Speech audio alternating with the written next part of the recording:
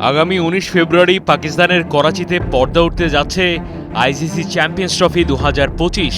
তবে বিশ্ব ক্রিকেটের অন্যতম ঐতিহ্যবাহী আয়োজনের আগে এক বড় চমক বাতিল করা হয়েছে। ক্যাপ্টেন্স ডে প্রোগ্রাম মূলত ভারতীয় অধিনায়ককে রোহিত শর্মার উপস্থিতি নিয়ে অনিশ্চয়তার কারণে এই সিদ্ধান্ত নেওয়া হয়েছে বলে দাবি করেছে ক্রিকেট পাকিস্তান। প্রত্যেকটা আইসিসি ইভেন্টের আগে অংশগ্রহণকারী ৮ দলের অধিনায়করা ট্রফির সঙ্গে ফটো সেশন ও আনুষ্ঠানিক সংবাদ সম্মেলনে অংশ নেন। আয়োজক দেশের মাঠে এই ইভেন্ট হয়ে থাকে, কিন্তু চ্যাম্পিয়ন্স ট্রফি পাকিস্তানে হওয়ায় রোহিত শর্মার থাকা নিয়ে জটিলতা তৈরি হয়। ভারতীয় ক্রিকেট বোর্ড বিসিসিআই আগেই জানিয়ে দিয়েছে যে ভারতীয় দল পাকিস্তানে গিয়ে খেলবে না, তবে তারা নিরপেক্ষ ভেন্যুতে খেলতে রাজি।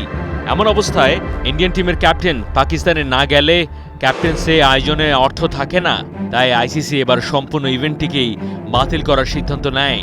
এই ঘটনা ক্রিকেট বিশ্বে নতুন করে ভারত পাকিস্তান উত্তেজনা উস্কে দিয়েছে।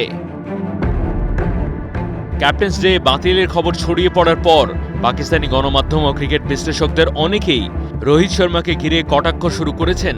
অনেকে বলছেন, ক্রিকেট মাঠে না এসে ভারতীয় ক্রিকেট দল শুধু রাজনীতি করছে। রোহিত কি ট্রফির সঙ্গে একটা ছবিও তুলতে ভয় পায়?